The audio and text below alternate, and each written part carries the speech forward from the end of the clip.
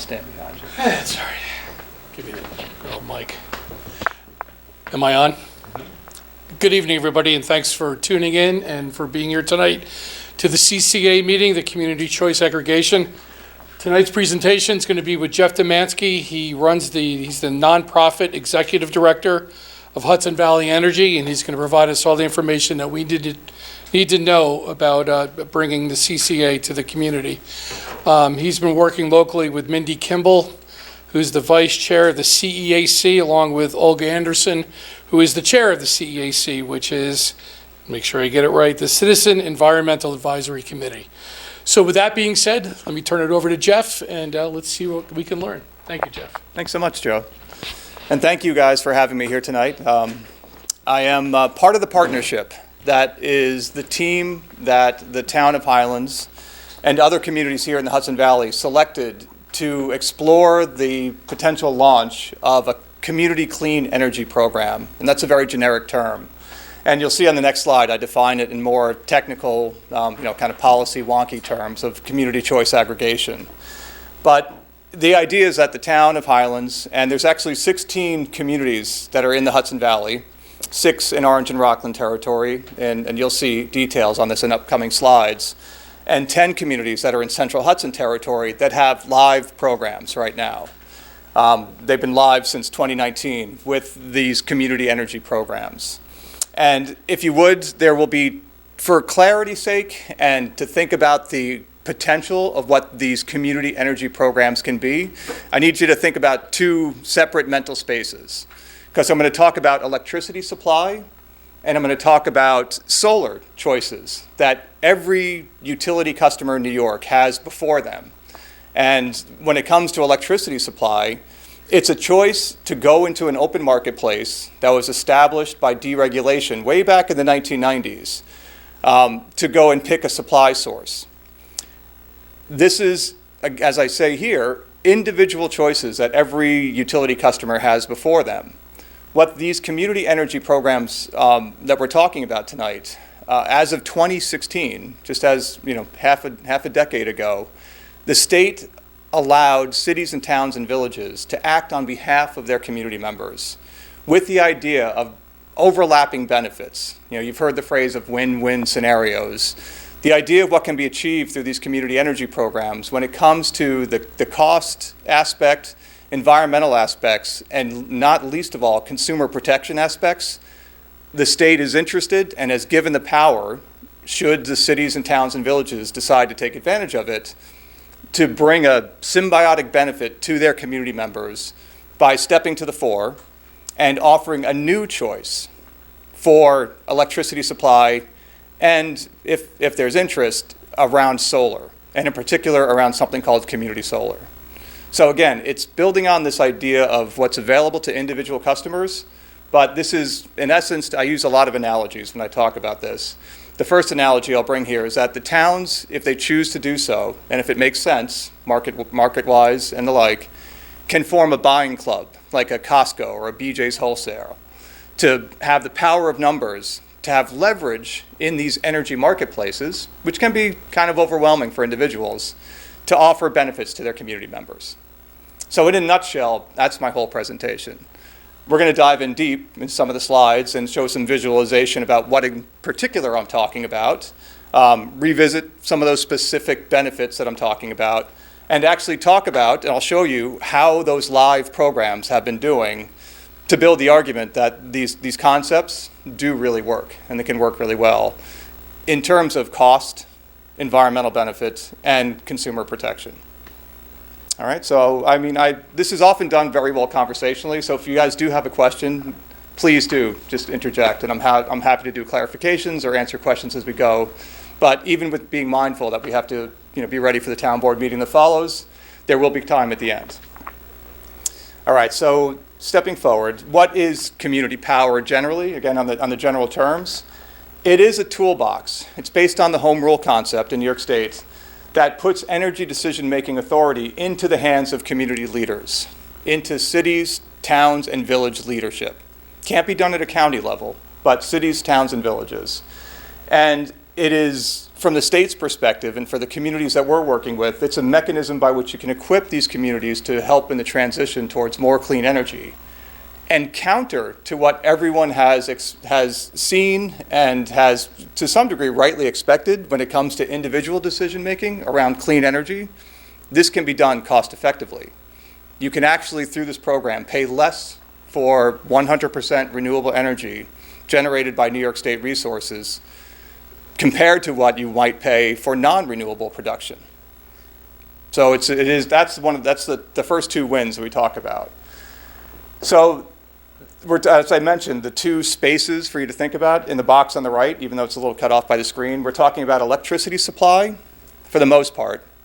And this is basically electricity supply on your utility bill, on your Orange and Rockland bill. It's the how and where your power is made versus delivery. And I'll point this out by looking at the bill. But we're also talking about solar. All right, so at the bottom, we emphasize the wonky term. When we're talking about community power, the policy behind what we're talking about from a state perspective as it's defined by the Public Service Commission is community choice aggregation. And I'll try not to, one, talk too fast. I'll try to slow down as the New Yorker that I am. But I'll try not to use too many acronyms. But CCA, for community choice aggregation, is a common acronym that we use when we talk about these programs. All right, so what is community choice aggregation? And this is redundant to a fair degree. But it is a tool, and I often use another analogy of a Swiss Army knife. It's a tool that cities and towns and villages can give themselves to determine default energy offerings on behalf of their community members, residents and small businesses and other organizations within their municipal borders, with a focus on renewable energy, renewable electricity supply again, and community solar. And the box in the middle of the slide gets to the three reasons that I've already said, but to point them out in specific. And as shown on the screen, the state allowed this in 2016, as shown on the bottom of the slide, for those three overlapping reasons. To create the potential to save money for consumers, for the community members that are part of the partner communities, while supporting the generation of clean energy generation in New York State, and to protect consumers. And there's a number of different elements baked into the program that I will mention some of them, but know that this consumer protection element is a very important one in a number of different ways and is reflected in a number of ways in the program. So I find that in the conversations I've had in talking about these somewhat abstract concepts, it's very useful to look at these programs through the lens of the utility bill that everybody, for better or for worse, whether they like it or not, does receive if they're have an account to receive power from the utility company. And so this is an Orange and Rockland bill. And to look at it, it almost could hurt your eyes. There's a lot of tiny print and black and white writing and a lot of things that people don't like to spend a lot of time with. But what I found in my job as this program support person for these programs is to help people navigate their utility bills, to understand what's on their utility bills. And many people don't realize that their utility bill is actually several bills in one, if you will. There's three separate sections that we're going to highlight. And this little tour that I'll give you right now of the utility bill is useful to understand what can change through the program, but also what doesn't change if a program launches in the community. And for that, the first thing that doesn't change is everything that's in this box on this detailed page for electricity service. What I've surrounded in the red box right there is called the delivery charges section. And you can see that in Orange and Rockland's own words on the upper left of the red box, delivery charges. This is the only section of the bill for electricity service that Orange and Rockland is allowed to make money on since deregulation went into effect in the 1990s. That deregulation, in essence, in the energy marketplace broke up the monopoly that utilities had on sort of the whole vertical of producing power and delivering it and everything else. Because of deregulation, to use yet another analogy, utility companies are like FedEx or UPS or the Postal Service. Those companies don't make the packages that they deliver to their customers. In the same way, Orange and Rockland cannot make the power that they deliver to their customers, but they get paid for being a reliable delivery company. And that's what all these line items in the delivery charges section do. It includes having a meter on your home. There's a basic service charge that covers the meter, $19.50 in the top line. It pays for all their infrastructure. It pays for their crews that do storm damage repair if there's an interruption in service. It pays for the billing service and the customer service people answering phones if you have questions and making sure that that's all delivery services. And if a program launches in a community, none of that changes. The relationship that people have with the utility company, for better or for worse, does not change because we don't really have another choice when it comes to this infrastructure of delivery. So delivery stays the same. And that's really, I emphasize that so much because it's a common misconception. People are like, well, my town is thinking about offering a different energy choice. You know, what happens to Orange and Rockland? Nothing. So they're agnostic because what we're focusing on for the most part when we talk about electricity supply is this section. Underneath the delivery charges section are the supply charges section. And I've covered it up a little bit in where the two boxes meet, but there's 3 line items with the first one almost covered over. It's a merchant function charge, and then there's 2 other line items. What we see in these columns within these boxes are 3 things. The first column, and they're offset between the 2 red boxes, but you can see the amount of usage for this particular customer in the first the column, the first set of numbers there. And ignoring that the first 2 lines in the delivery charges section do add up to be the same number as all the other lines, this particular customer, if you can see from your seats or on the camera, this customer used 502 kilowatt hours of electricity. From their meter, that's how much electricity they used. That's how much it spun during that month. Each line item multiplies that usage, that 502 kilowatt hours, by a rate. Some cents per kilowatt hour or dollars per kilowatt hour, depending on how it's shown. This is shown in dollars per kilowatt hour. To get the last column inside the box to the right is the multiplication of that. It's just dollars. So each line item adds up to dollars. So you have your total delivery charges, but in the supply charges section, you have 3 line items, and if you added up the rates there, it adds up to what they show as 5.906 on this example bill. That 5.906, and this is cents per kilowatt hour, sorry, not dollars, cents per kilowatt hour, is the rate that gets multiplied by the usage for total supply charges. And that's how this customer pays for how the power is produced. The utility company is the default setting for that. When deregulation went into effect, there was an opt-out program established in the state back in the 90s. And that opt-out is, if you don't make a choice, then the utility company, even though they don't make money on it, this is a pass-through cost, they are the default setting for your supply decision. But people can opt out of that choice into a private contract with any of dozens of the private energy supply companies, or to use another acronym, ESCOs, that are out there that can offer people the ability to designate how much they pay for generation and or how their electricity is made. And I'm going to re-emphasize that again on an upcoming slide, what I call my menu slide. But this is the section that we are affecting with the electricity supply portion of the program if it proceeds.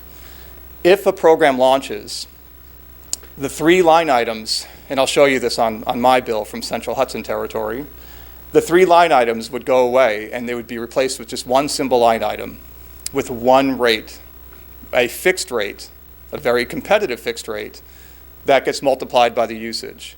And that is inclusive the whole way the program works. So that one rate, which it's about 6 to 7 cents between the 2 programs that we have right now, but it is fixed. That is a way that people pay for only renewable production from New York State sources, and there's nothing else. There's no admission fees, there's no subscription fees, there's no additional fees to pay for the people who run the program. It's all in that single rate. So that's what it is. If a program launches, communities aggregate together to have power of numbers, to give a new choice option, and it's reflected in a rate that they obtain through a competitive bid. And it's right there in the supply charges section. And then it is, the decision to be made is to look at the rate that we could obtain as an aggregation versus what customers are getting right now. So we'll talk about that. There's no membership fee like you would see. Nothing, no in membership UVG's fees. Analogy, Yep. and if you're tracking the bill and you opt in and out, there's no charges. There's never any kind of fees. It's part of the state requirement for these programs when it was enabled in 2016 is simplicity and transparency. It's all right there, just in one single rate. Question on that? Yes, please. So, is this a bill that is in the town? This is a non-program bill. This is just what it looks like in the current default setting, where Orange and Rockland is making the supply decision for the customer. So, you said 6 or 7 cents is what we're offering? Well, in the Orange and Rockland program, it's about 7 cents. And this is an old, don't take this number for any, this is an old number. That's below 6 cents. Yeah, people would love, this is an old number. Yeah. Okay. Yeah, so, That's what it's- yeah, the average, and you'll see this on the slide where we show the comparison, the average for Orange and Rockland is well above, about 8 to 9 cents right now. So it's well above our program rate. Yeah, so this is just an example of a non-program bill. Thank you, from like 2020. All right, the third section of the bill is on the right here, and this is where solar decisions fit. So this is what we call the payments and adjustments section. And this is whether you had solar on your home or business, if you had a solar system arrangement in place and you're receiving benefits for that, or if you are a virtual owner of a portion of a field of solar panels somewhere in Orange and Rockland territory, the benefit would be here. And it would just be a monetary deduction off of your bill. What's not in this section, the payments and adjustments section, is the usage, the kilowatt hours. And the reason I'm emphasizing this is to show, one, how these solar decisions, which are often confused with the supply decision we're talking about, are two different things. And it's demonstrated by living in two different sections of your bill and emphasizing again that the solar benefit that somebody might yield by making one of these solar decisions is not related to how much electricity they use in a particular month. It does get a little confusing because those solar decisions are related to historic usage. When you do set up the system, either virtually or directly putting a system on your place, they look at your past usage, the average. But what you benefit on a month-to-month basis is very different when we're talking about supply versus the solar decision on a monthly basis. And I'll show you on a real bill, my bill, what it looks like when you have a solar benefit. All right, so that's my tour of the utility bill. Now let me reemphasize what we're talking about in terms of these supply decisions. To reemphasize a couple of points. This is another analogy. I call this my menu slide, my menu analogy, like a menu in a restaurant. And you're going to see two tables on an upcoming slide, but this one table here, this electricity supply table in orange, this is like the appetizers. And just like the rules of a menu, if you're not a glutton, if you're like a typical restaurant customer, you walk in, you make one choice from each section of the menu when you go in there. One appetizer, one entree, one dessert, one cocktail, or two. Maybe you can do two there. But here, you can have one choice. Now, the two choices that are available before a community choice aggregation program launches are the first two choices. One, the existing default, the existing opt-out established by deregulation is that the utility company will make that choice for their customers. If they don't, go to choice 2, to enter into a private contract with a third-party supplier or an energy supply company, or commonly called an ESCO. So a customer can choose from one of these two choices in a non-CCA participating community. If and when a CCA program launches, the third choice is given to them. It becomes the new default choice. This is how the power of numbers thing works for the program. It becomes a new opt-out for the community members, which is often surprising to people. But that's why I emphasize so strongly that it is a new default. It is just replacing an existing default that a lot of people don't realize they're in already. We're having the utility company make their decision for them. And the bad thing about the existing default, from my perspective, is that they don't have any input into what the rate is or how that power gets generated, which is not the case with the new default if a program launches, where the collection of leadership working on behalf of their community members, ostensibly meeting the community members' goals, and we've seen from many surveys that people want more renewables, they have ability to deliver a way to pay only for renewable power, including from just New York State sources, in a way that can be less expensive than the non-renewable choice. So this becomes the options that are out there. If and when a program launches, the people who are automatically included in the new choice, in the third choice, in the CCA choice, the people who are considered the eligible customers and automatically included, and they are given the choice to opt out, which they can do at any time. Anybody could opt out without any penalty at any time. But the ones who are automatically included are those who are in Category 1. If somebody already has a third-party contract with, as I say here, like with Green Mountain Energy or Ambit or Veridian or any of the other dozens of companies, they don't get kicked out of their arrangement. They stay in their contract. They're automatically opted out. They can opt in. Any community member within those municipal borders can opt into a program at any time or opt out, but they just have to end their arrangement or wait till it ends and opt into the program. So it becomes truly the man of many analogies. It's like a public swimming pool that the town builds for everybody. Gives everybody a membership. You can say if you don't want it, but you can get in or get out at any time, and you never have to pay anything. There's no penalties. So that's my supply option. Now, extending my analogy one step further, bringing on the entree here, and again, for clarity, for distinction, and to emphasize the flexibility that's available, I'm bringing in the entree menu here, and that's the solar options that are available to people. I won't belabor the supply entree anymore. We've done that enough. But the solar options are 3. Conveniently, there's also 3 options for solar that any utility customer has available to them. And the first one is to just do nothing. Choice A, no solar. You don't have to do anything right now about solar. You don't have to put it on your home or business, which is choice B, and you don't have to join a community solar project. Those are the other 2 choices. So you don't have to do anything. But somebody, and many people have, put solar on their home or business, choice B. But if you, and again, remember the one only, you can only pick one. If you have solar on your home or business, you can't do choice C. But if you don't, and if you don't want to, or you can't, like I can't because of a beautiful oak tree in my backyard shading my house too much, so it was a perfect solution for me to be a community solar subscriber. So I am. And the last point to make here, just like a restaurant menu, nobody dictates what you can pick. You can mix and match these 2 options, one from each column in any combination that you want. So you can do community solar and do the CCA for electricity supply. Or you can do the CCA for electricity supply and not do anything about solar. I think you get the point. You can mix and match to your heart's content. Quick question on that? Yes?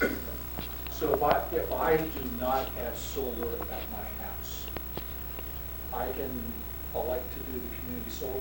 You can, yes. And then what impact does that have on the bill? Are you going to get into that? Well, I'll talk about it in brief. I won't belabor about what community solar is, but it's a fine time to revisit it. Community solar is a simple, relatively simple, symbiotic relationship where if you subscribe, most of the companies that are out there offering these opportunities, again, there's no membership or joining fee. You are giving them a gift by becoming a subscriber because they qualify as a community project. You know, their field of solar panels becomes a community project from the state's perspective, specifically a community solar project, if they have somebody subscribe to every one of those solar panels, which is no easy feat to get somebody to contact everyone to get those subscribers. In return, they get better benefits for their project than they would otherwise, and they share those benefits with you as a monetary discount. And relatively simple, most of them target a 10% savings off of your electric charges, total electric charges, averaged out over a year.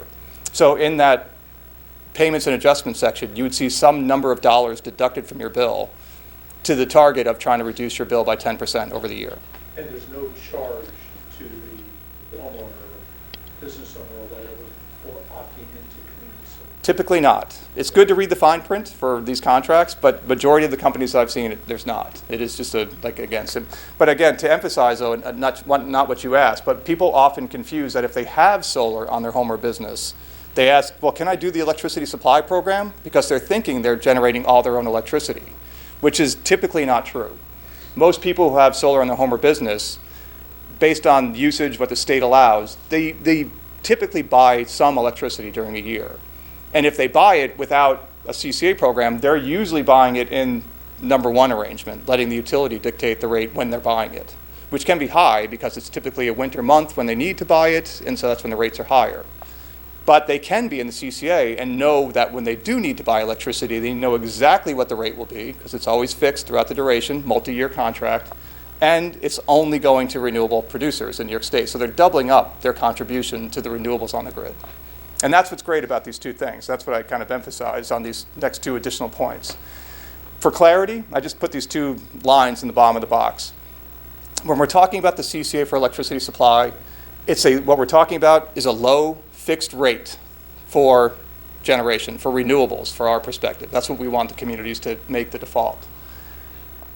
Community solar, as I just said, is a guaranteed monetary discount. It is guaranteed. That's really cool. I mean, they do give you the thing about the fixed rate, it's a fixed flat rate, but you'll see that the utility rate can do this. And there's some times on that roller coaster that can go lower than our flat line fixed rate, as I'll show you on the graph. So it's not guaranteed savings, but it's been the expectation in the design of the program that it will be economically beneficial, and it really has been, as we'll see on the graphs coming up. One additional thing in distinction, a reason why you would do CCA for electricity supply, promoting renewables, and do community solar, it's two different ways that you can change the ratio of renewables on the grid through your own decision as a utility customer. Through the CCA, you are only paying for renewable production by New York State sources. You're putting more renewable producers onto the New York State grid. If you subscribe to a community solar project, you're supporting a project right in Orange and Rockland territory. So you're putting it on the New York State grid, but you're also bringing local benefits to the community, like air quality benefits, less fossil production in the region, jobs to create those projects. So additional benefits. And again, I put that up there to draw the distinction between the two projects. And one more question. Yes, no, please, it's great.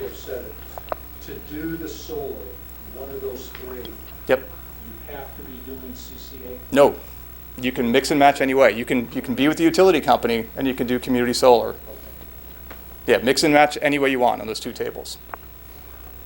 All right, so bringing back the bill to try to emphasize again what it looks like before. Actually, I do have an Orange and Rockland bill to show what it looks like before and after. So this is exactly what we saw before. Again, looking at the 3 line items for what it looks like when the utility makes your supply decision. There's 3 line items in the supply box.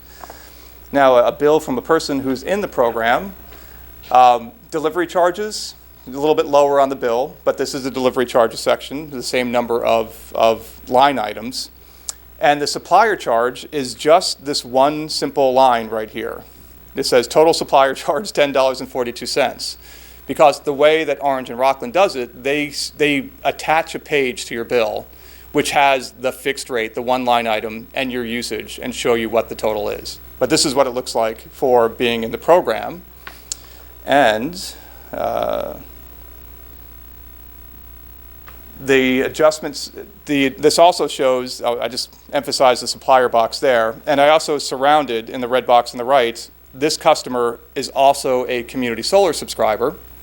And so you can see that they had a $44.97 deduction off of their utility bill for their community solar generation that was assigned to them.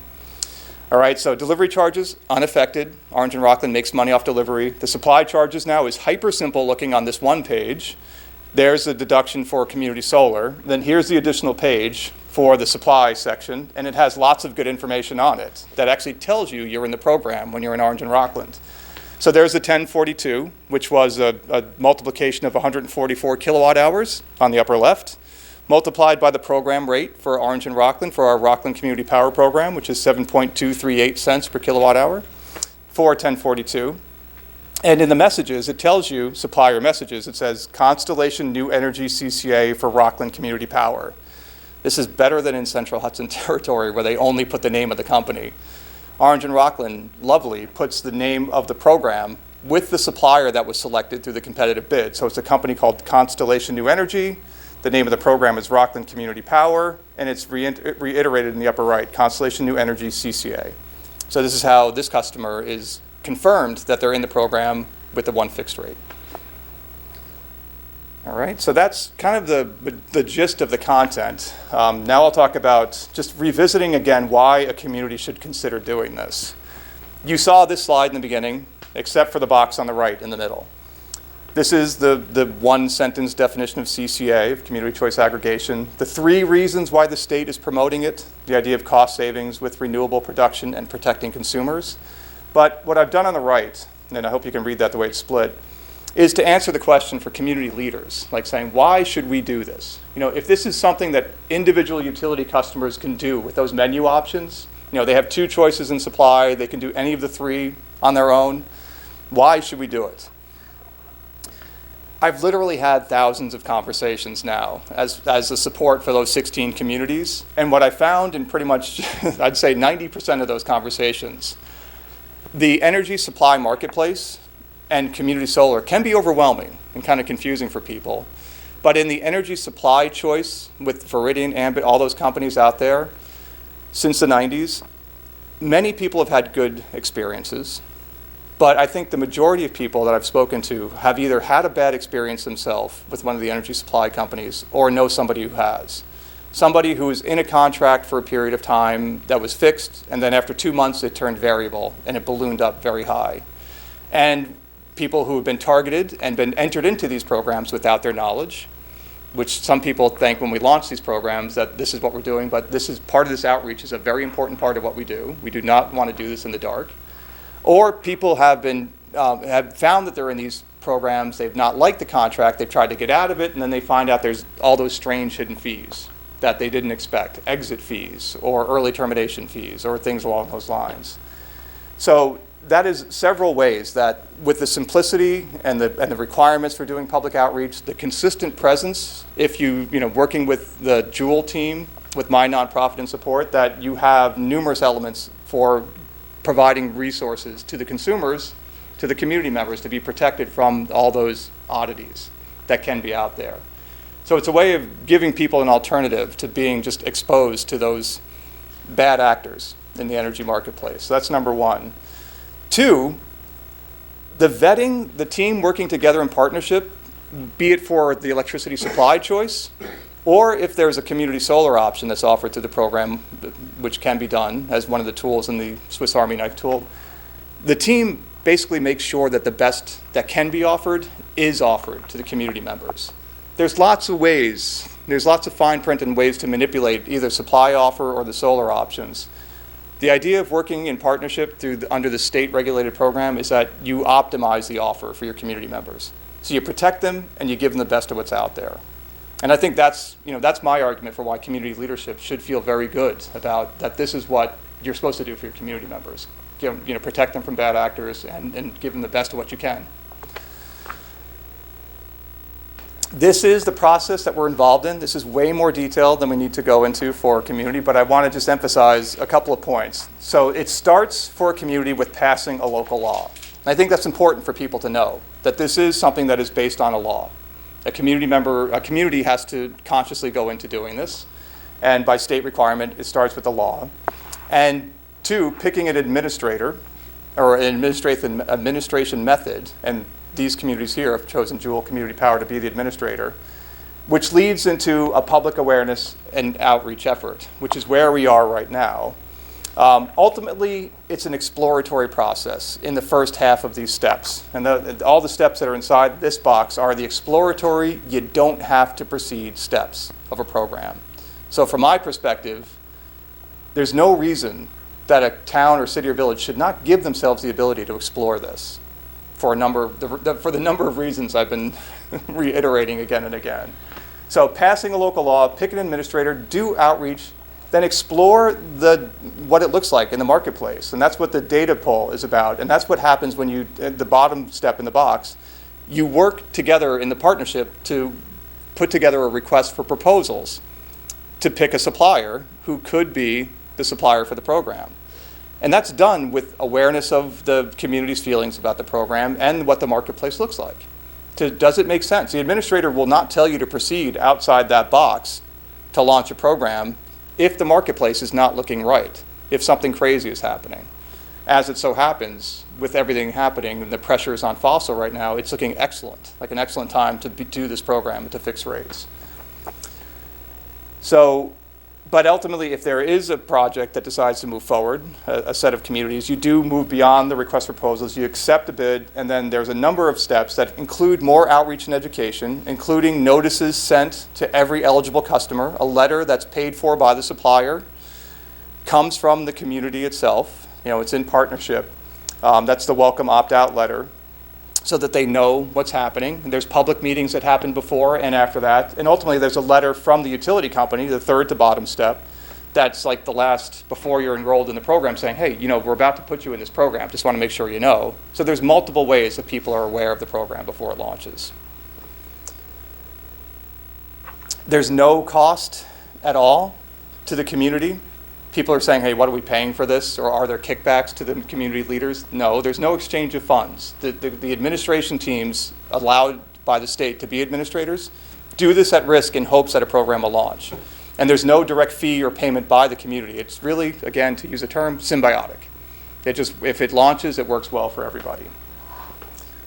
And again, we are right there. Highlands is up here, right about to launch our official outreach and awareness. So we have a minimum of 60 days ahead of us of outreach and education that we'll be doing to proceed. And the village has this to consider as well. So I can come back up to this, but in the sake of time, I'm going to keep moving forward. Near the end, this is just showing where that you're not alone. There's more than 150 communities represented by those points on this map of New York State that have passed local laws. There's more than 60 communities that are in active CCA programs, including these two programs that I highlight down here in the bottom. I've circled the communities that are part of the Hudson Valley Community Power Partnership. That's in Central Hudson Territory. And the Rockland Community Power Partnership. It's a name of, both of these are names of programs, names of partnership programs. And that's 6 communities that are in Rockland County. And those are the programs that my nonprofit is supporting. So I'm part of them. And I'll show you how these programs are doing. All right, so the first one, how is Rockland Community Power doing? And I've got a rainbow of lines on this chart, but let me walk you through it. So Rockland Community Power, that's the partnership of those 6 communities, Clarkstown, Orangetown, the village of Haverstraw, and the villages of Nyack, South Nyack, and Upper Nyack.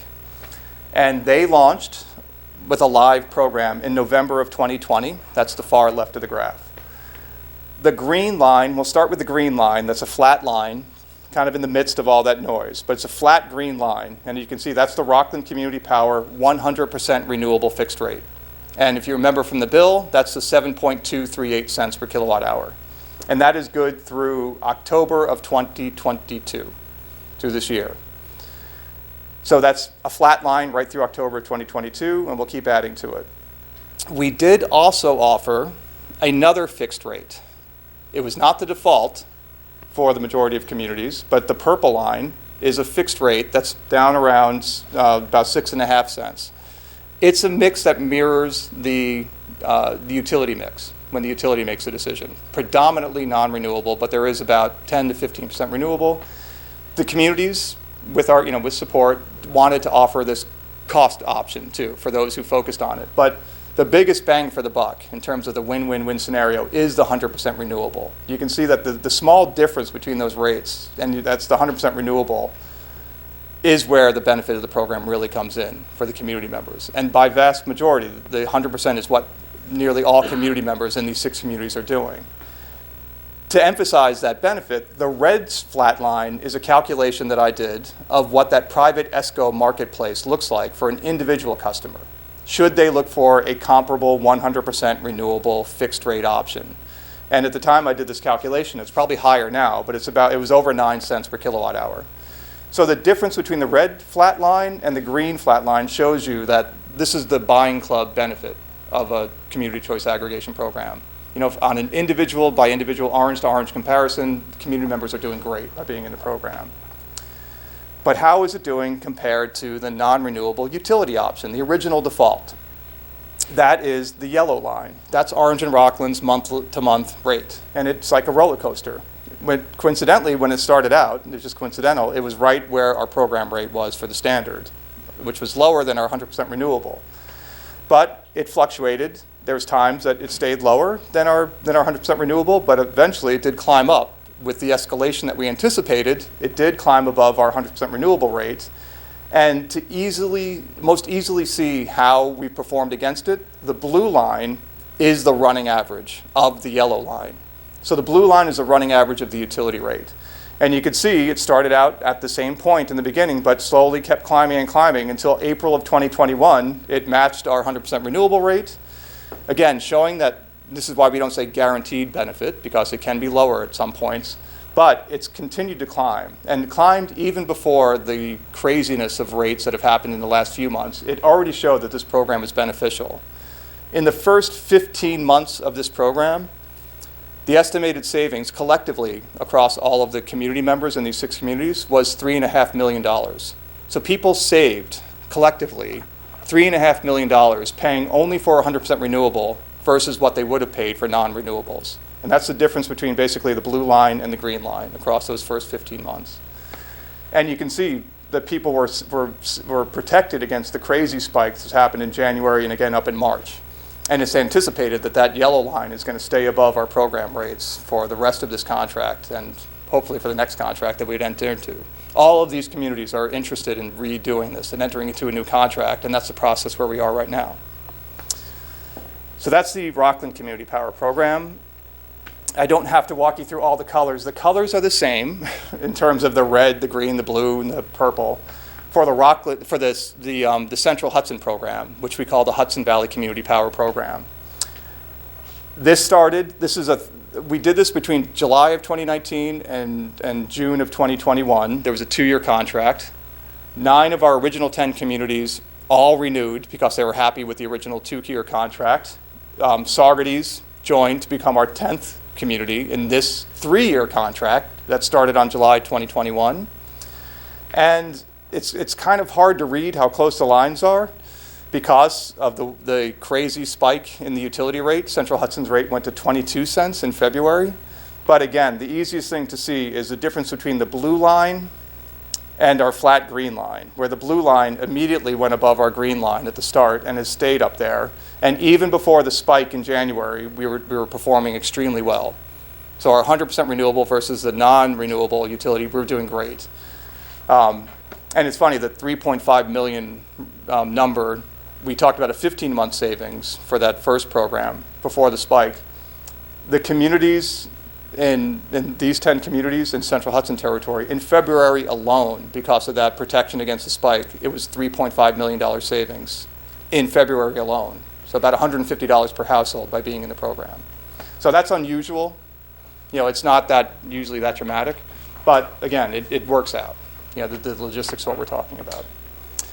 On that slide, yes. you're using Central Hudson because most of us have orange and red. Well, the previous one was Orange and Rockland. I just wanted to show you what Central Hudson looked like for the other active program. That was Rockland County too, so. But the rates, Orange and Rockland rates tend to be pretty much across their territory. Yeah. And when we join, if we join, we would be part of the Rockland Community Power? You would be branded. That, or is it When the Rockland Community Power Program launches, they're probably going to keep that name of the program. What we've done, because we're working with so many different communities, working on so many different timelines, the anticipation, and I'm waiting for the confirmation very, very soon. It's a reason we're not officially in our outreach period yet, is because we need to, brand it to talk about what it's going to be. Every individual community is going to have their own CCA. So the town of Highlands it's the town of Highlands CCA program. You're going to be with other communities when the negotiation happens, but you're going to have your own name. okay. So it's not like we would be added to this. You wouldn't be added to this. You're going to be with, you'd be with, and you don't even have to be in the same utility territory. So I'm working with the Gardner, with Nelsonville, with the village of Saugerties, and the town of Rhinebeck are likely to be on the same bid that these communities would be. So there is a sufficient aggregation to have that leverage to have the good rate come out at the end. All right, that is really the majority of what I was going to talk about. So this is just emphasizing who Joule is. Like, it's kind of weird for me to end this with talking about who we are, but Joule is the official state-approved administrator that the communities chose. They're one of the 4 approved administrators in New York State, and Joule chose my nonprofit to be the program support in all of these communities. So me and my team are the ones answering the phone calls when people call, and we have a helpline number. It's an 845 number where people call and ask us questions, and we're answering emails and helping people in and out of the program and continuing to do education, including utility bill navigation. All right, and so I'll jump down to questions. All right, yes? So I have another question. If there are a bunch of others of us that are gonna be coming in, probably the answer already. Why wouldn't we be brought into an already existing Orange and Rockland community aggregate, therefore adding more numbers and potentially driving the price down further because of larger numbers? It's several reasons, and it could happen. It has happened. When we launched the 2019 to 2021 Central Hudson program, we had 6 communities that were part of the original RFP that went out, the request for proposals. And then 4 communities did add over the next 6 months. So that is a possibility, but we can't promise that. It really depends on the supplier that's chosen, what the market looks like, and their tolerance. And from our perspective, does the market look even better should that these additional communities should go out to, because they might even get a better rate. That would be a good thing. So so that's the beauty of working with the administrator who has the market knowledge to give that kind of guidance. So it is possible, but it's a matter of like looking at what makes the most sense, So, both but from you- the supplier. But you would look at all of those various. Absolutely. Yep, absolutely. Other questions? Just a comment. Yes. 2 years back, I found a supplier that was cheaper than Orange and Rockland and so on and so on. And then after a period of a few months, it was not cheaper any longer. Right. So I called up and I said, I'm going out. $100 it cost me to get out. That's exactly the stories I was That's what saying. you said before, and I just Yeah. wanted to reaffirm. Put some real story to it. No, it's true. I mean, it's really true. It's like, if you don't know somebody, I mean, if you haven't experienced it yourself, you probably know somebody who has. It's just so prolific, unfortunately. There's such well-earned distrust. And that's the biggest challenge we have in talking to community members is differentiating how this is not just one of those ESCO arrangements. This is a public-private partnership allowed by the state to avoid all of that bad actor potential. If you're one of the, a person that attacks this like day trading, and you're opting in, you're opting Yes. out, what's the time frame? It's a billing cycle? Billing cycle is, to opt in or opt out. And if you're one of those people who are like kind of like day trading your utility rates, you can be in one of those red line people. And if you're willing to go like, I'll do a 3-month contract here and I'm going to jump to a 2-month, then you can do better than our program. But the idea of the collective effort is that without having to think about it, and really like it's 90% of the benefit, by being in this without having to think about it, you're getting great benefit. So, another question would be, what local solar farms locally, are available? Or if there are any, There's lots, actually. It's a pretty prolific area. So will we be supporting them? If you did the community solar part of the program, what I don't show here, and I don't think I even included anymore, is the awesome. Do I have the Swiss Army? No, I don't have the Swiss Army knife anymore. But this program truly is a Swiss Army knife from a town's perspective. And there's 2 main tools that you can use, and there's others as well. The knife that most communities use is the supply program. But we've been encouraging people on an opt-in basis for a while before to basically choose a vetted arrangement for a community solar project. And Joule vets and chooses and arranges with those community solar companies. So they identify which ones are appropriate, are willing to set up the right, very consumer-friendly contracts, optimizing the benefit for the community members. What we're moving forward to into the next phase, which Joule is the only one that can do it still, is to do opt-out both for the supply program, and it sounds maybe frightening, but it's amazingly wonderful. You can offer community solar on an opt-out basis too, without contract, without any kind of financial arrangement, all done through the Orange and Rockland bill. And in the same situation, Joule vets the field of projects that are available on the right timeline to be part of the project. And there are many, but that's what Joule does. They talk to them, they look at their contract, look at their financial health to make sure that they're only offering good products to the community members. So how do these solar farms actually bank their electricity? How do they bank it? Well, for the most part, Battery banks or anything like that at this point? some do, and there's more and more of that happening, but for the most part, it's delivery in real time into the grid. New York ISO overseeing them. What happens from a customer perspective in these arrangements is they're not getting the electricity exclusively. They're not even able, it's the reason you can do both CCA supply and community solar, otherwise it'd be double counting, because you don't get the environmental attribute of community solar. This is getting into the detailed weeds. Yeah. But you can claim, if you're part of the CCA electricity supply, that you're powering your house with renewable power from New York State, if you're part of the CCA supply. You actually can't say you're powering your house with renewable power. It's detailed wonky if you're a community solar subscriber, because the attribute actually is typically purchased by the utility company. So what you're getting is that symbiotic financial arrangement as a community solar subscriber. You're just getting the economic benefit. But you actually did allow that project to happen, even though you can't claim the environmental attribute. I know, it's detailed in the weeds, and we can definitely talk further about it. And, more questions about that, in case you're sure, I just wondered. Jeff, I have a few questions. Yeah. So a little history. I think And just chase us out of here when we need to. I know we have to get out of here for the town board, but No, let please. me talk public. So, I think in the last Zoom meeting, I mentioned that the town had 14 accounts. Yes. And it was my fault that we let an old contract lapse. And Kelly in the comptroller's office had a heart attack because all of a sudden she was getting 2 bills, not 1. So with this program, people will get 1 and only 1 bill. With the Is that electricity supply program, yes, they only get 1 bill. correct? And if and when you use CCA for community solar, that would only be 1 bill too. If somebody independently signs up for a company that doesn't do something called consolidated billing, there would be 2 bills. But through the program, we don't do 2 bill thing anymore. So all the people out there that have nothing to do, is all being done for them. In essence, are yes. going to get 1 bill. By Just the time Orange and this Rockland bill. happens. That's right. Now, let's suppose somebody's unhappy on day 1. It's a simple matter of opting out. Just, I don't want anyone to opt out, but go ahead and explain that quickly. Sure. So after the letter is sent, the letter that I talked about, the welcome opt-out letter, there's a 30-day period where if somebody just doesn't want to be part of this, they're happy being in the Orange and Rockland making their decision, they have 30 days to say, don't ever change anything. And so they just opt out, they never get changed. If they are in, if they decide to be in it, but they change their mind on the 32nd day, and they can just contact us and say, I want to get out of this, then it takes about a billing cycle to get them out of it. That's it.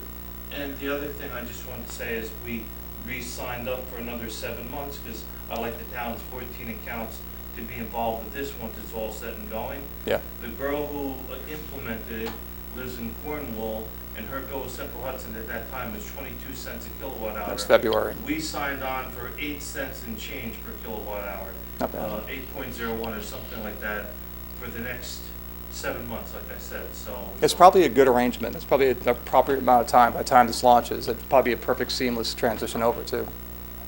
All right. All right, I'm going to stop now just so we can transition. Thank you all. Thank you so much.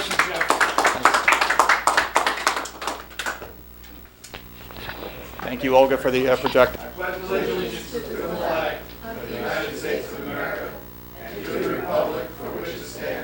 One nation, under God, indivisible, with liberty and justice for all.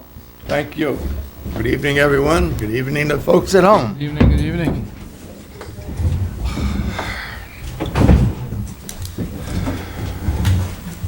Thank you, dear.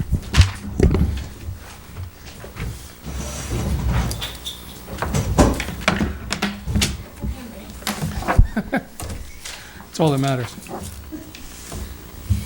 We are going to start off our meeting with a report, if that's the right word, from our historian. And first of all, I've got a question.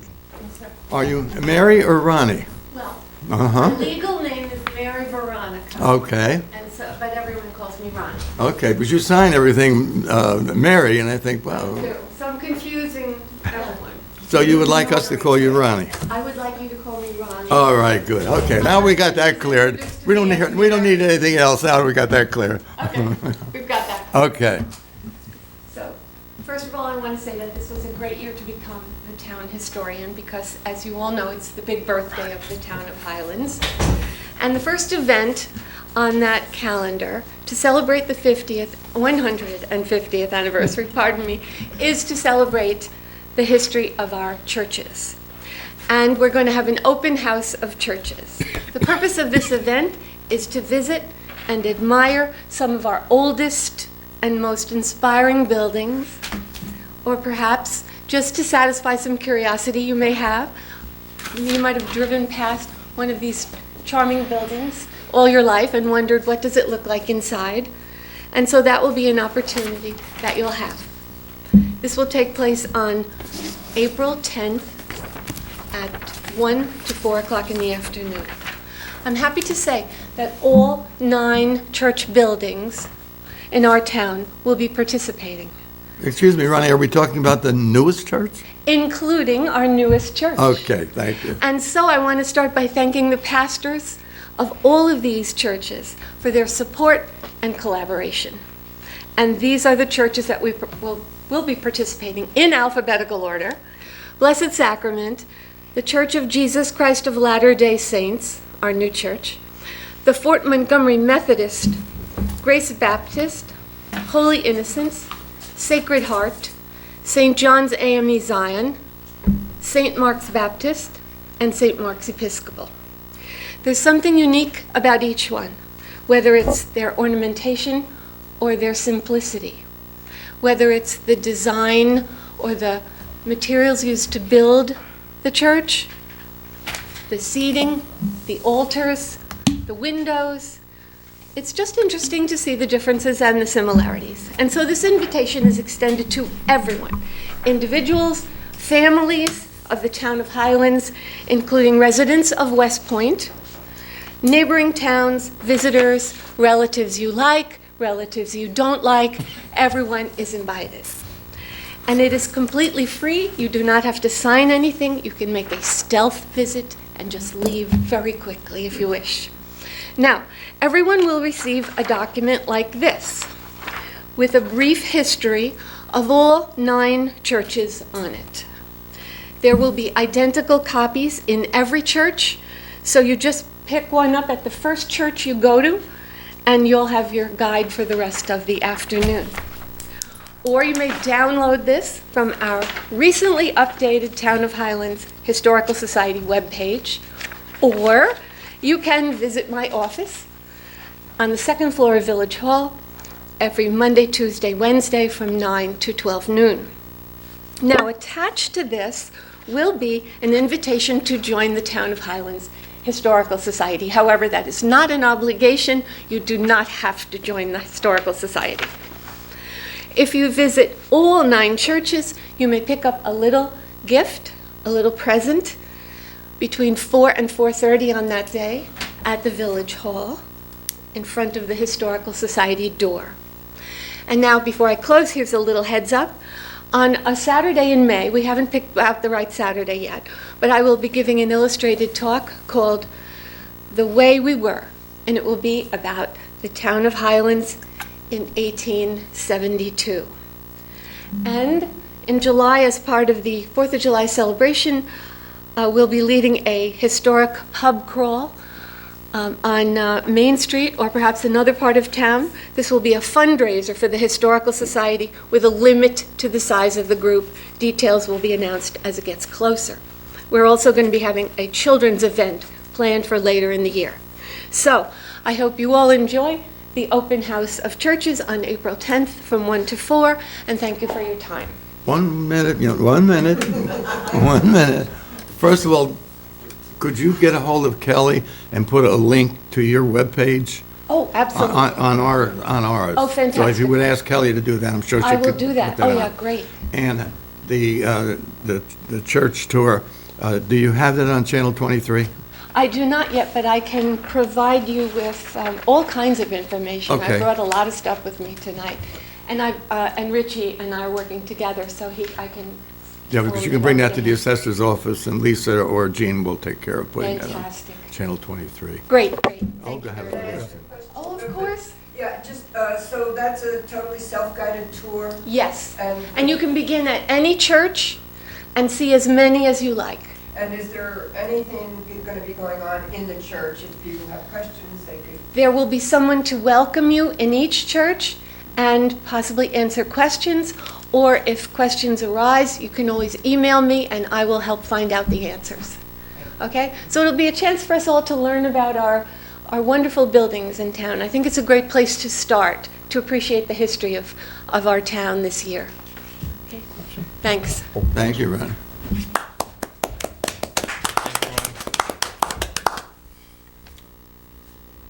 Okay, previous minutes, March the 14th. Do I have a motion to approve?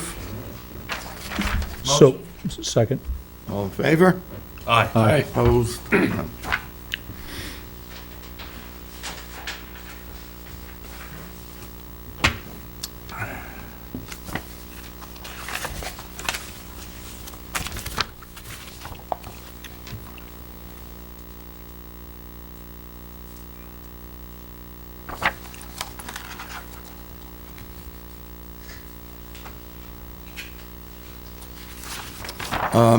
We've just spent an hour talking about energy and electricity.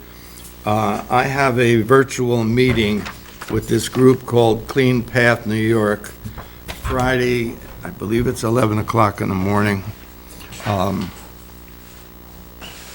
The Clean Path project offers an unparalleled opportunity to meet New York State's nation-leading clean energy goals with a clear focus on environmental justice and public health in disadvantaged communities. We're bringing clean energy to New Yorkers by finally enabling the closure of fossil fuel plants in underserved communities. So what I'll do is I'll take notes and get some publications or whatever, and anybody who would like to join me in my office, I'm going to do that in my office. You'll probably be in the aisle. Yeah, you will be. I'll be in the air.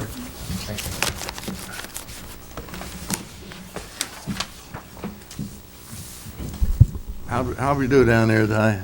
We getting there? A little spirited on this one, but that's okay. I think we're still making progress. Sounds good to me.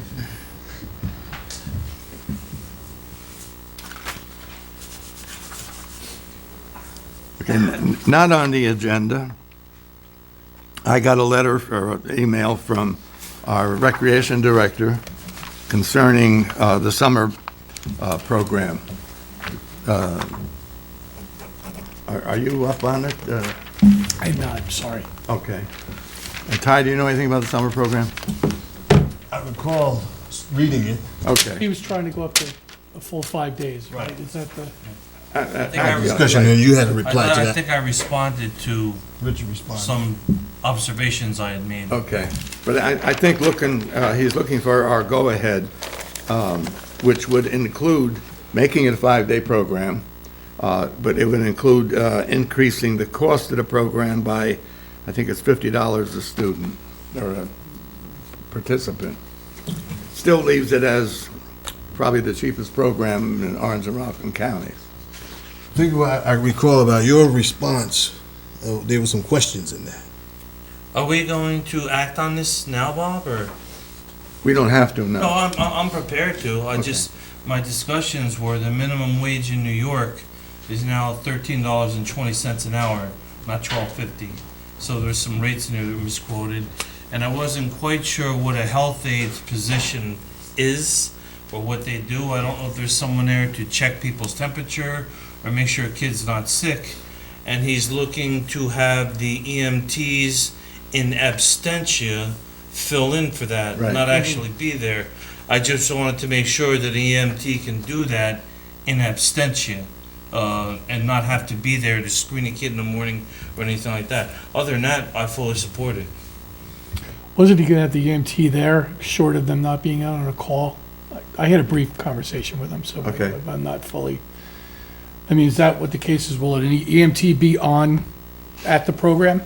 Or completely in absentia, or like No, on I call think- as needed? I think in absentia as Yeah, per his yeah, email, yeah. you know. I was just reinforcing that because they're not tripping over each other down there. There's not a lot of them, so, you know. And to that point, I guess I would ask, and I don't know, is if Aaron has talked to Jeff about that. And what is meant by in absentia, and what happens if there is a call, and do they go on a call, or do they support recreation, that kind of stuff. And I don't know the answer to that. And, Okay, so obviously, it sounds good, but we have questions. Yes. And I think I would recommend the action be that Jeff and Aaron get together and work out the detail, from an EMT perspective. Yeah. Work out the details on that and maybe come back with a report back to us, or, whatever the case is. And then if there's anything else, maybe a reconfirmation, Richie, to what you were saying about the minimum wage and, those kinds of things and everything too, yeah. And the abstention, those are my words. He did not have that in his email. I was paraphrasing the Yeah. email in my own way, so. Good words. Okay, we are working on a program. We registered for the program. I brought this up at our last meeting, where if anyone in the low-income bracket is behind on their water or sewer bills, that the state, by request, will help them out with their water bill. I think it's up to $5,000. I'm being very vague about this because I'm depending on Kelly to get me the information, but I know she did register us for the program. And it sounds like a great program. I mean, if you're in a certain low-income bracket and you have been unable to pay your water and/or sewer bill, and as you know, there's a whole bunch of delinquents. We read them off in one meeting there. So we'll have all the information we can out publicly as soon as possible. And this is a program blessed by our new governor.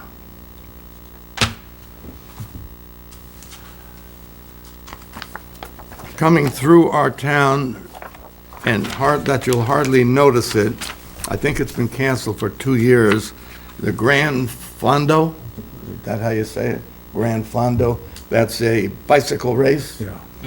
Done from 7 a.m. to 6 p.m. on the 5th, on the 5th month, that'd be May the 15th. They probably have about 5,000 participants. It'll be going through Rockland County, Orangetown, Piermont, South Nyack, Upper Nyack, Grandview, Clarkstown, Haverstraw, Village of Haverstraw, Village of West Haverstraw, Pomona, Stony Point, Ramapo, and Bear Mountain. So it's just going to touch us, and in the past it hasn't bothered us at all. I have something they'd like me to sign permitting them to do this. If no one has any objection, I'll sign it. I participated in one of those one time. Did you? Yeah, it had Greg LeMond in it. He was before Lance. I didn't beat him.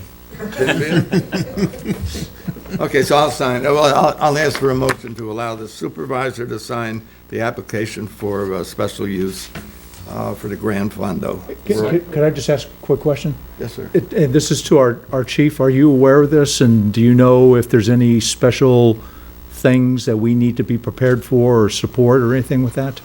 It would depend on the route that they're taking. If it's going just to Bear Mountain, I don't think it would impact traffic for us. It would probably involve Palisades Park Police. Okay. Traffic control. I'll get the route for you. The package they send me, it's an 80-page package, but they only sent me about 6 pages. Excuse me.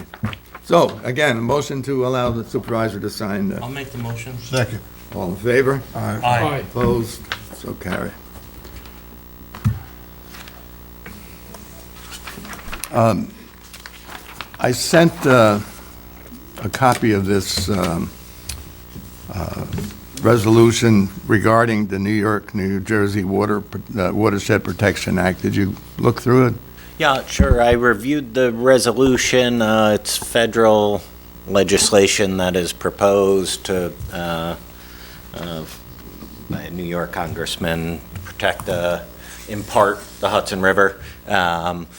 The resolution is a simple resolution of support for the legislation. It does not give us a lot of detail on the legislation, but certainly, in the past, you've supported endeavors to protect the Hudson River, but it's really up to you all. Okay. So at the next meeting, we'll take the yellow parts out and Sure, I could do a clean it up. resolution, Yep, and yep. we'll bring it up again. Okay.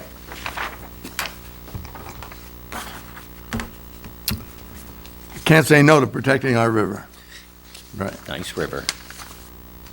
And if I read it right, it's also offering some grants and monies Yeah, it's possible, right? So, Or but again, they estuary just didn't waterways. give any of the detail to know really how that would be applied for, but it might be something that certainly if you've shown support for would be beneficial down the road. Okay, and just, if you're just tuning in now at home, we had a presentation for the, tell us what we just had. Presentation by Jeff Domansky for the CCA, which is the community aggregation for getting the town and villages signed into a program where he calls it like a buyer's club. And it would enable us to negotiate and be part of an aggregate that for power rates. It involves renewable energy, but they generally, on average, have been running below the current Orange and Rockland power rates.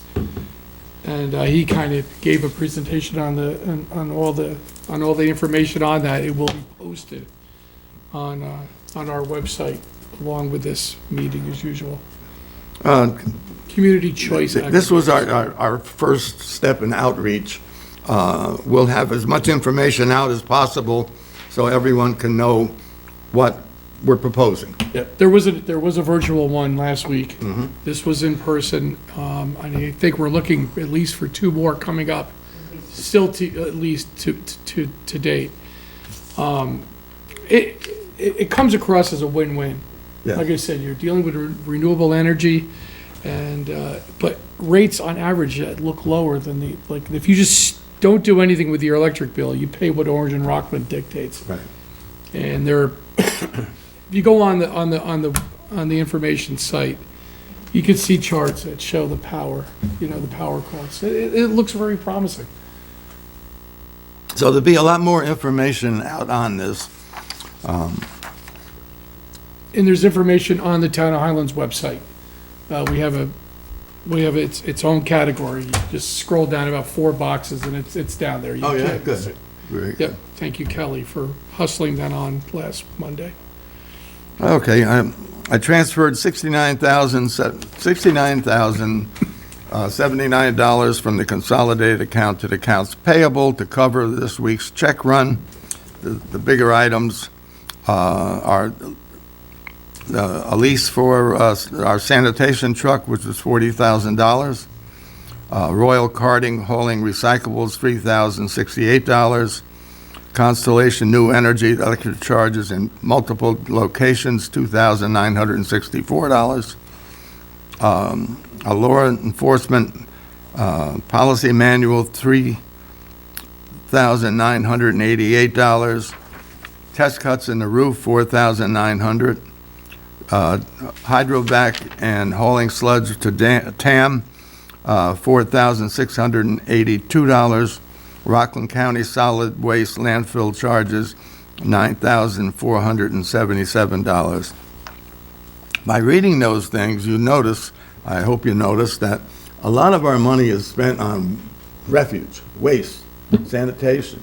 It's nothing you can do about it, don't get me wrong, but when you shake your head at the taxes, I'd be glad to listen to anybody with an idea of how we could do it for less, but I can't see how we can. Recycle. Recycle, absolutely. Sure. Remember, don't put yard waste in the regular garbage. Bag and bundle, and the town will, or the village crew, they will pick it up. That keeps the cost down, The more weight you throw out there, the more you pay. And especially if you put the recyclables out in an uncovered pail and your cardboard and et cetera, gets wet, Right. we're paying for water. And if you put a mattress outside and you forget to call up for a pickup, mattress or the living room sofa or any of those things, any of that stuff that gets wet is costing us money. Okay, we're going to have a report from the department heads, liaisons. But I'd just like to make a comment. I really like the folks at home that are listening to this meeting, because there's actually nobody, well, there's one person, Olga's here. But listen to these guys' reports, because it's really like a current event in your town. What they talk about is what's going on right now. You'll have Richie Sullivan. There's a world that he talks about, I'm sure but tonight, it's all about our town, and you'll learn about the Swans and Garrison Lake. I mean, there's things like that. Councilman King will bring you all up on what's going on socially in town, the seniors and stuff like that. He really gives a good report, and I'm probably catching you guys short because you probably don't have a great report tonight. But anyway, Joe, we'll to the recycling, the town garage problems that he has there, and Jim Modlin, he's our liaison to West Point and our liaison to the local businesses. He's always got some information. So it's not just a boring report they give you. They really do a great job on their reports. And with that, I'll turn it over to Councilman Sullivan. Thank you. So actually, I'm brief tonight, but I can make it longer if you want to. So, Excuse me. Yukon women are playing in about a half hour. Okay. So the Zoning Board of Appeals meets on the third Wednesday of the month. Their next meeting will be April 20th. I spoke with Jack General and their chairman before the meeting. They had an applicant before them seeking a use variance that was going to have a public hearing. I'm not sure if that's going to happen or not. I'll let you know at the next meeting. If it does happen, I think it'll be remote if it can be. If you can legally have it be remote, it will be remote. The planning board, and Justin will know that I'm telling the truth, I was unable to attend that meeting. Their next meeting will be on April 21st here at Town Hall, which is the third Thursday of the month. Eric sent out the agenda. Did anything happen with Thayer Flats? Any final decisions, or was that heavy on their agenda?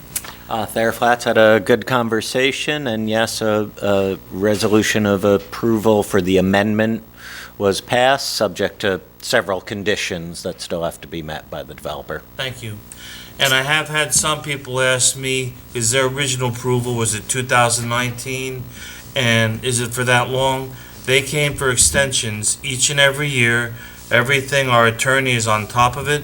Everything there is clean and done efficiently. That's a good board. I enjoy going to their meetings. On my assignment with the Water District, last Thursday, Badger, who has Ion Water, our software to monitor the meters. Everybody knows my feelings on software company upgrades, meter upgrades, and what they do to us. He had some people come and meet. I couldn't meet with them in person. I have a person I'm going to call tomorrow and talk about it. As I'm concerned, we buy these meters, and 2 years later, you have to do something else to upgrade them, and you take the old ones and you throw them in the garbage. I want to be able to get a rebate or something like that, and a guarantee of more than 5 years for a meter, whether Verizon goes to 5G or whatever. It's exhausting trying to keep on top of that stuff. They're doing a good job. That's not my point. Just everybody knows that I'm a dinosaur. Some things digital aren't better than analog.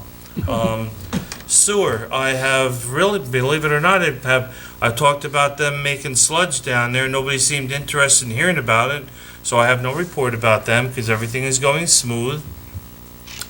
With the Citizens Environmental Advisory Committee, the CCA was just presented by Jeff Domansky. Olga started spearheading that when we formed on Earth Day back in 2019 with that committee, along with Mindy Kimball. Countless meetings and countless Zoom sessions and information and whatnot to hear a presentation tonight that I think was rather handsome.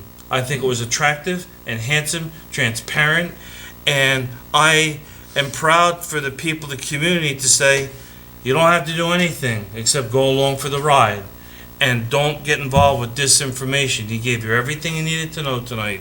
So I was very pleased with that. The historian, which I have been communicating with Ronnie Coffey, and she talked about on April 10th, which is Palm Sunday, that from 1 to 4 in the afternoon, the 9 churches, having people there to go on tours and having handouts and whatnot. So looking forward to that. I'm no historian, but I do a lot of hiking, and I have made some drone videos in the Forest of Dean Mine, which I did a presentation for recently for Rotary, had cable cars going all the way from basically Roy Hannawald's property down to the Fort Montgomery dock. There were 14 pedestals, and I've recovered each and every one of them. I have pictures, and I made a drone flight over them. I'm working on a diagram. When I'm done with that, I have a little 10-minute thing that I'll either put on Facebook or maybe on our link. I'm trying to do different projects during this 150-year anniversary, indicating some of the town's history. Nice. In the building department, I was here on Saturday for quite a while, working on our water project with the meters and all that. Philip was here, as he often is. We spoke about several matters. I'm very pleased with the direction the building department is going. I think he and Gabby are doing a fine job. They use John O'Rourke when needed, and so I'm very pleased down there. I've heard there's some quality of life issues with people, mostly in the village, saying there's garbage cans left on the street. I asked Phil to kind of step it up, to go around and he's not afraid to issue a violation, but to check on those quality of life matters going on. And lastly, this is just off the top of my head, people heard me talk about Garrison Pond last meeting, so I'm going to be transparent about it. Solitude treats our lake. I sent you all out an email, a pretty lengthy one, as all of them are, showing you what I get in the mail from them. And it states in there that they don't generally treat until they start to see growth. They don't want to get too far ahead. And the growth that they go after is called coontail, is the main culprit, which is also one of the swan's main food by admission from the person from Solitude who treats the lake. His name is Todd Schramm. So what I'm kind of getting to is we want the swans to stay there, but for those of us that have lived there all our lives, when that algae, milfoil, coontail gook gets where you can't row a boat, it smells bad and it's not pleasant living next to it. You have mosquitoes and unwanted critters, and I don't want that either, so we're hoping to strike a balance. I'm not asking him to change a herbicide. I want to have a meeting with him to discuss it, but I asked him not to come until he has to, because otherwise it would have been here by now. The swan's on the nest. It would be nice if they could wait until the swan is off the nest, which is generally Mother's Day. And believe it or not, that's it. I believe it. Thank you. Councilman King. Yes, good evening, everyone, and good evening, everyone at home. And as the supervisor has stated, it's one of those nights where, since he gave us accolades, I don't have a whole bunch to say, but I say a couple of things. First, I want to commend the Highlanders for starting the Tai Chi class that I'm told is happening on Tuesdays and Thursdays at the Senior Center. And that is going to be at 10:30 a.m. and it's open to all the seniors throughout the community. Excuse me, 2:30 a.m.?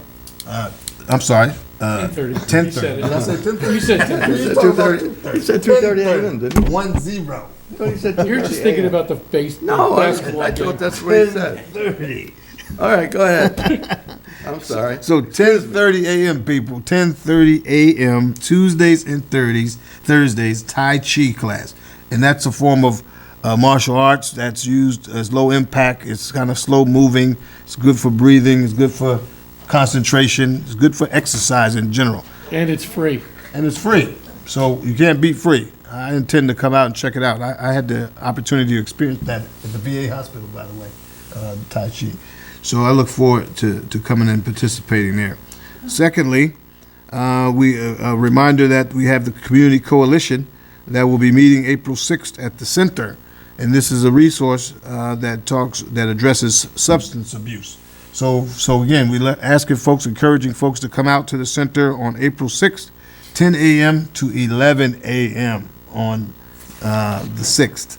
And the third thing was addressing my tardiness, which the lawyer Justin Mr. Ryder here and I myself were down negotiating with the police. It's going well. I just want to say that through that process, it reminds me that we do have a great police force. These young folks that are out there, even the older ones who are part of the force, are very dedicated to the safety of this community. So I want to commend all of them. And I think there's only one or two major points that we got to get over. One is scheduling, and I think Chief Pieri and our other chief here, the other Frank Basil, they have plans, because I heard your name mentioned about an app that you have used before, and that you intend to hopefully implement that was resolve some of those scheduling issues. So looking forward to talking more to you about that. Other than that, I would say from the emergency management standpoint that we still, as I think we're turning the corner on our COVID issues. However, it's still a real issue, so just be smart, be vaccinated, be safe. And then the last thing I would say in regards to safety is this temperature that we're dealing with right now is certainly a risk. If we're in the 20s, and I think with wind chill, it was feeling like it was in the 19s or low teens. And from what I learned in the military, that's frostbite weather. So if you're not careful, you can get frostbite in this type of weather. But in the next day or so, it should increase. And I think by Thursday, we'll be in the heat wave. Back to spring. It'd be like 67 or 70 or something. I went to Monticello today into a snowstorm. It was literally a snowstorm. The snow was light, but it was coming down like crazy. I couldn't believe it. Yes, be careful, folks. That's all I have, Supervisor. I was just given a note here. We're looking for two people to serve on the Board of Assessment Review. If anybody's interested in doing that, please get a hold of us ASAP, because we're getting near the month of May, and that's the time we really need you. So the Assessment Board of Review only meets, once a year for a week, we'll say. So it's not a large commitment, but we do need you. So if anybody's interested in being on the Board of Assessment Review, please let me or our town clerk know. Thank you. Councilman DeWitt? Thank you, Mr. Supervisor. I'll be brief. No. The Councilman Sullivan said everything about the CCA. Thank you. I just want to reiterate, a lot of that presentation, if you missed, is published on the Town of Highlands website. Again, you can't miss it. Just scroll down a little bit, and it gives a lot of information. I just want to reiterate that this is, again, if we accept it as a community, we all get it, but you can opt out. The CCA is not trying to tell anybody how to pay for power, but like I said, you're dealing with renewable energy at rates that look like that on average have been running lower than Orange and Rockland rates. Again, though, check out the information on the website, and I think, again, you'll be favorable about it. Enough said. Again, recycling, we're talking about, Bob was talking about the costs. Call up the town highway. We have the recycling cans for sale. The more you recycle, the recycling cost is cheaper than garbage. And like I said, you got something to get picked up, that's a call to the highway department, correct? Yeah. And again, get it off the street before it becomes waterlogged. Again, just to reiterate, weight is money, and recycling is less money than garbage. So don't put your cans in the garbage if you can, et cetera, et cetera. The position for the seasonal grass cutting job is still open, and that's to cut grass at the cemeteries that are managed by the town. If you're interested, they're paying a good rate. Again, call the town highway at 446-3800. That position needs to be filled pretty soon, because grass is going to start growing once it's 65 degrees. The snow stops and the rain. Sure. Yeah. The last thing I wanted to mention is, as you know, everybody, we're past the 1 month mark for the Ukraine just getting annihilated by Russia. And a lot of people all over the U.S. and the world are doing what they can. And something going on here in Highland Falls I wanted to bring to attention is the Highlands United Youth is presenting a rally for the Ukraine. It's a humanitarian fundraiser. and it's happening Saturday, April 2nd, from 1 to 4 at the American Legion Hall. And there's going to be food there for sale, and again, it's to raise money, and it's all going directly to the Ukrainian Relief Fund. MJ, you said there's going to be a notice, and your website, the News of the Highlands website, and also the Highlanders community page has information on it. This is the colors of it. If you stumble on it, I don't know if it's going in like that anywhere on the websites, but hey, go down, hang with the neighbors, and do something that, that will directly benefit the relief efforts in the Ukraine. Again, all that information is posted on numerous websites. And that's all I got. Councilman Mullin? Okay, thanks. I'd just like to add a little bit, and good evening, everyone. I'd just like to add also about the good work that Olga and her team is doing for the community. I know Richie talked about it and has for a while, and Joe, Bob, all of us. I was able to listen to the Community Choice Aggregate presentation this evening. I would encourage you, I think it's going to be on video. It was videoed at least, and I would encourage you, if you all didn't have a chance to see it or have been hearing about it, to watch that. Very informative. I know I've been asked a couple of times regarding this about, does this mean O&R is going to go away? O&R is not going to go away. You will still be receiving a bill from O&R. In fact, it was explained that as part of this, I learned more about my electric bill tonight than I ever knew about, and I'm going to start paying more attention to that, quite frankly. But the delivery charges are still going to be done and a responsibility by O&R. You will still be paying for that by whatever O&R changes for that. What the CCA is doing is how the electricity is being supplied to O&R and then therefore being delivered to our homes and businesses. And that became clear to me on that. And that's where the cost savings is going to be in terms of how this is going to be negotiated for that part of your electric bill. And also it's going to be renewable. So if you're very, very interested in renewable energy and renewable energy sources, the CCA is really what is big and why that's part of a state support and why we're even talking about all this. Another piece that I learned that is not necessarily related to the CCA that some of you may be interested in is even if you do not have a solar panel attached to your business or home, there's an opportunity to do something and participate in something called community solar. And if you do participate in that, depending upon how that is provided, there is a way to reduce your electric bill. So I mention all this because especially in the times of increasing energy costs, inflation, everything is sort of really getting more and more expensive. There may be some things that you as business owners and residents can do to try to help impact the cost of your electric bill. So again, a lot of good information. I would encourage you to listen to that, and I think there are going to be some more public outreach meetings and sessions. And so again, certainly I would encourage everyone to be involved in that. But again, my hat's off to that. Yeah, While you're Joe. on the topic, I just interject one thing. Sure. We can keep going on. There, as per state law too, there is a timeline of things that the CCA has to do. Mm-hmm. And we're only in the first phase of that, when that's the public outreach over the next 2 months. But there's going to be mailings. You're just not going to be bombarded with this thing. You will receive information.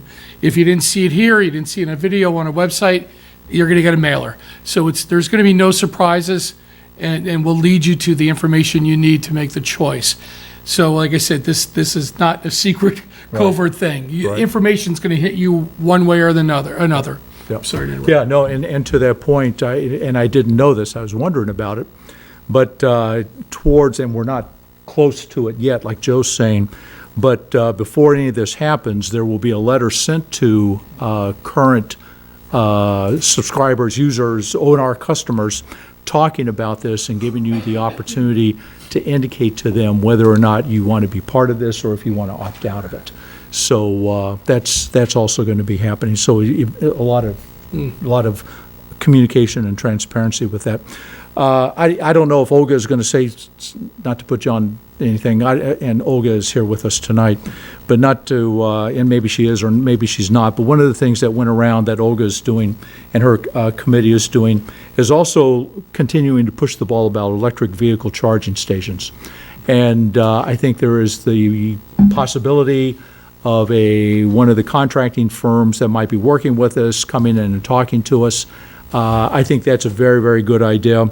Certainly, renewable energy, certainly looking at things besides fossil fuel energy, looking certainly in terms of speaking about Ukraine and everything that's going on there, that I think there's, certainly a very timely aspect to that. And so, again, I would like to just commend Olga and her team on continuing to push that ball and keeping that in front of us and everything, too. A lot of good opportunities with that.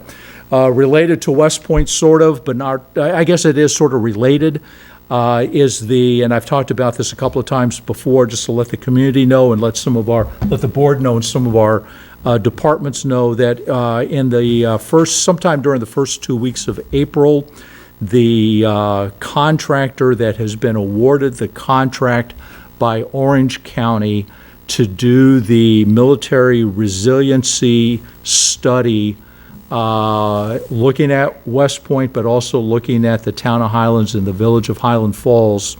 That contractor is going to be doing some site visits. They want to talk with us.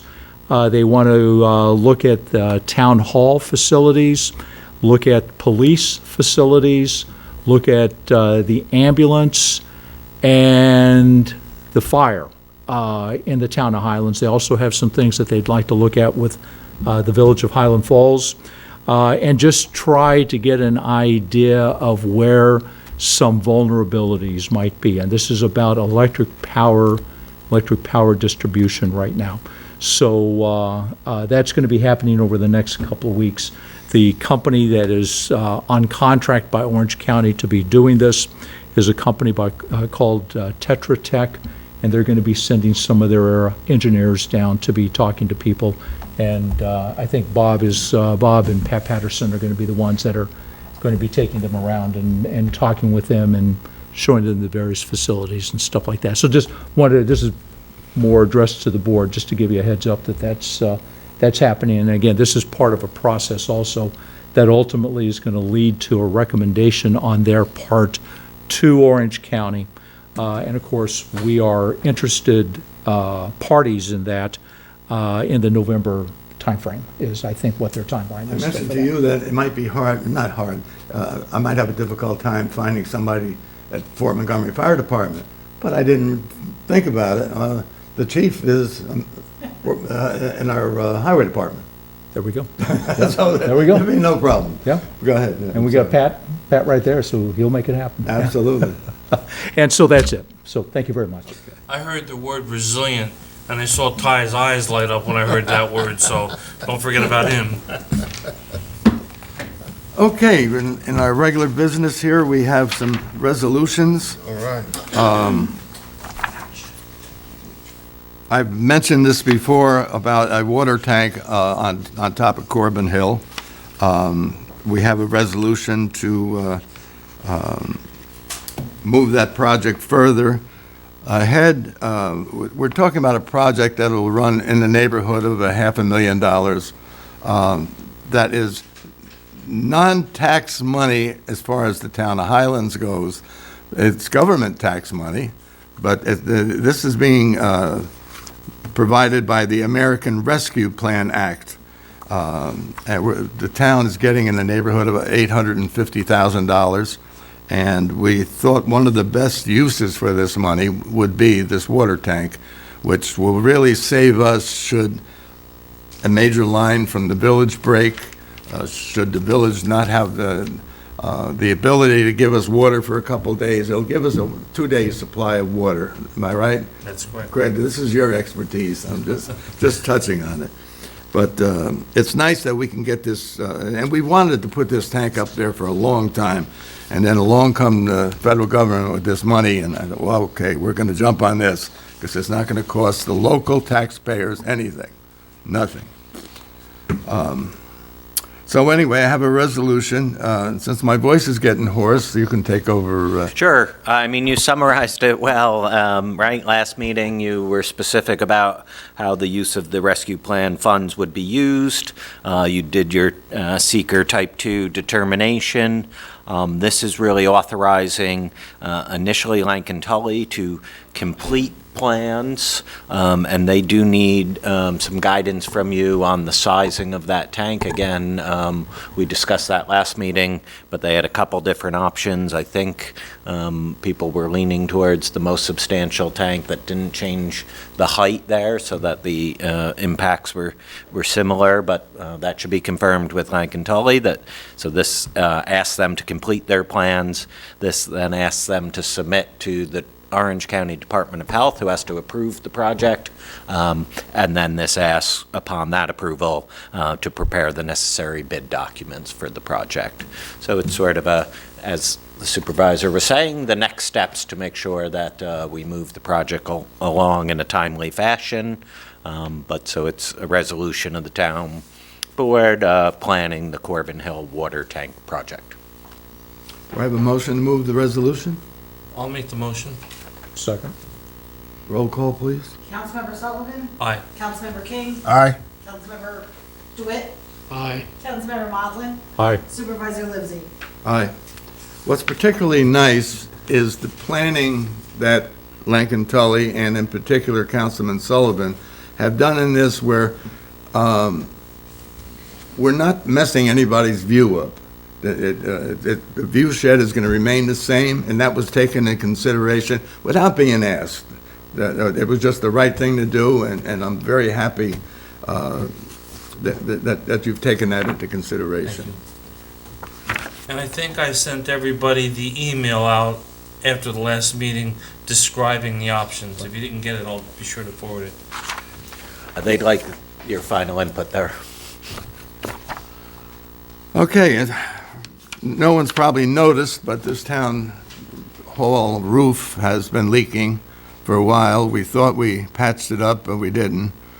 It's funny, that, June, what was this, maybe 20 years ago or so, we thought the roof was leaking, It was a long time. and Tony Servideo and I crawled up into the little thing there and found out it was just that, whatever they called the box up on top. Like the flashing Yeah. or something around the chimney, right? Wasn't it? Well, not the chimney, but on that, well, what do you call that thing on top of the roof with the windows and everything? I'm not sure I can't think of the word right now. Like in the Galleria that lets light through, the pyramid-shaped window glass up there. But that's what was leaking. A couple of the panes were broken, what have you. So at that time, I was the hero because we didn't spend money to patch the roof. We just fixed put glass panes in, and I think it was reported in the paper, and I'm not sure if you did, Mary Jane, but that it cost $10 to put glass in instead of $10,000 to do the roof. But anyway, now we have to repair the roof. In order to repair the roof, we have to use money from the town hall reserve fund. In order to use money from the town hall reserve fund, we have to have a public hearing. Justin? Sure. So all this resolution does is schedule that public hearing for April 11th at 7 o'clock. That's your next regularly scheduled board meeting. There's a notice as well that would go in the paper. The only missing element that needs to be filled in by the board is I did not have an estimate of the cost of the project. Again, it can be an estimate and err on the higher side just in case, right? Because that's what you'll be explaining to the public, that you might take out of the reserve fund. Okay. Obviously, you don't need to if... Okay, how can we word this? Well, so it's a public hearing shall be held to receive comments concerning the expenditure of up to blank for roofing repairs at Town Hall on April 11th, 2022 at 7 p.m. So everything's worded, we just need to insert a figure. When do we have to fill in the blank? Tonight, because tomorrow your town clerk is going to submit it to the paper, and they need it by 10:30, 11, what time?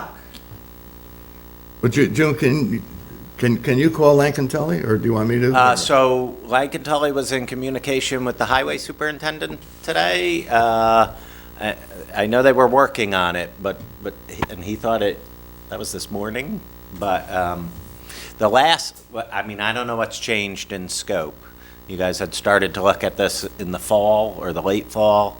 At that time, it was approximately $12,000 to $15,000, but I don't know if the scope's gone up with, there is a very, very modest amount of asbestos in one little section Yeah, of the roof. okay.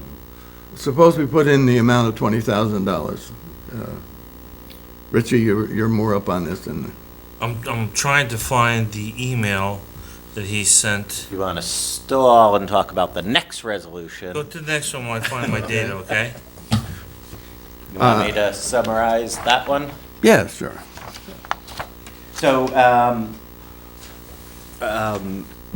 as you know, the town of Highlands has been celebrating Juneteenth for several years now, in part due to one of your councilmen, but many others and their efforts. Last year, it did become a federal holiday, which was nice.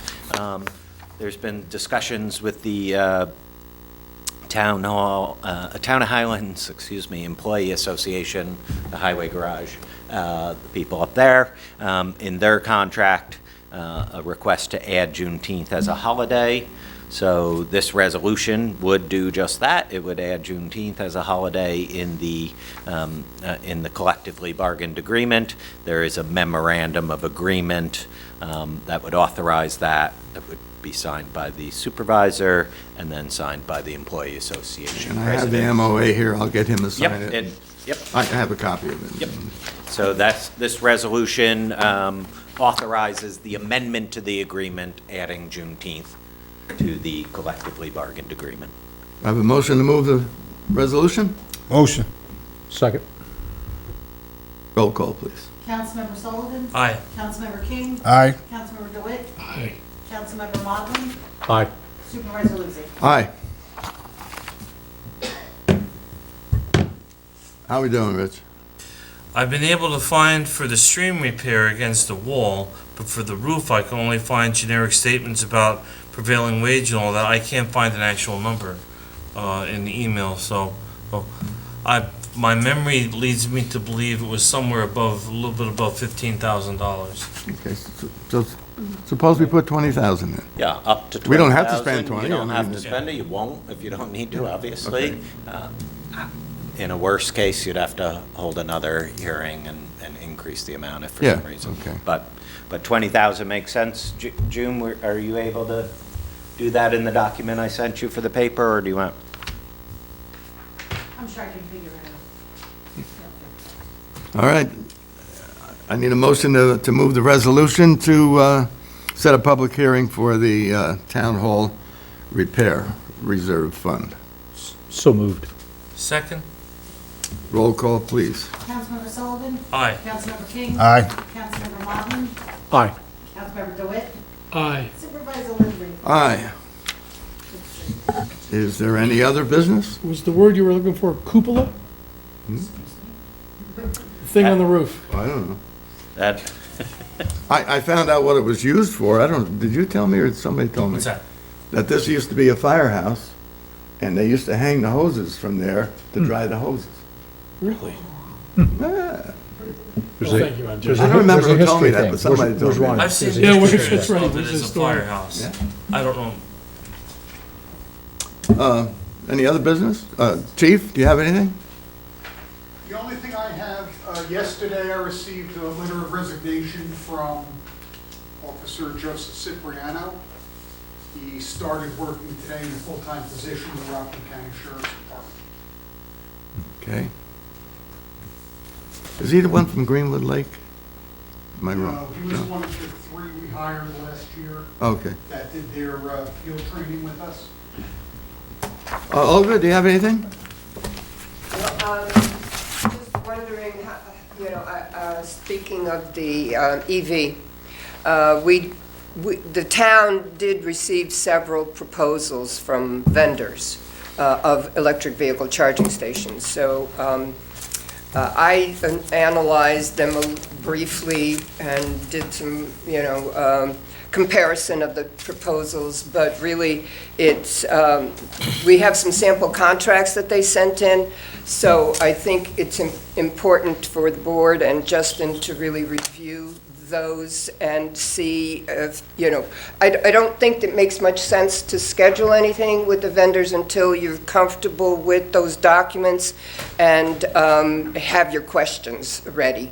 So I could go ahead and set up calls, meetings, whatever, from one or both of those vendors whenever you're ready to have I it. like the one that's basically guaranteeing absolutely no cost to the town. Green, right? Yeah, Green? the And they're green, gonna do everything. Green They're gonna spot, bring the wire yeah. down, they're gonna do the whole thing. I know. I think that's the yeah. one you were recommending too, or Yeah, something. well, weren't you? they have more favorable types of support processes, and they're anxious to get moving because we've run out of incentives in the past, and that's always been our problem. Set So up a if we- meeting with them and me, and we'll go with it.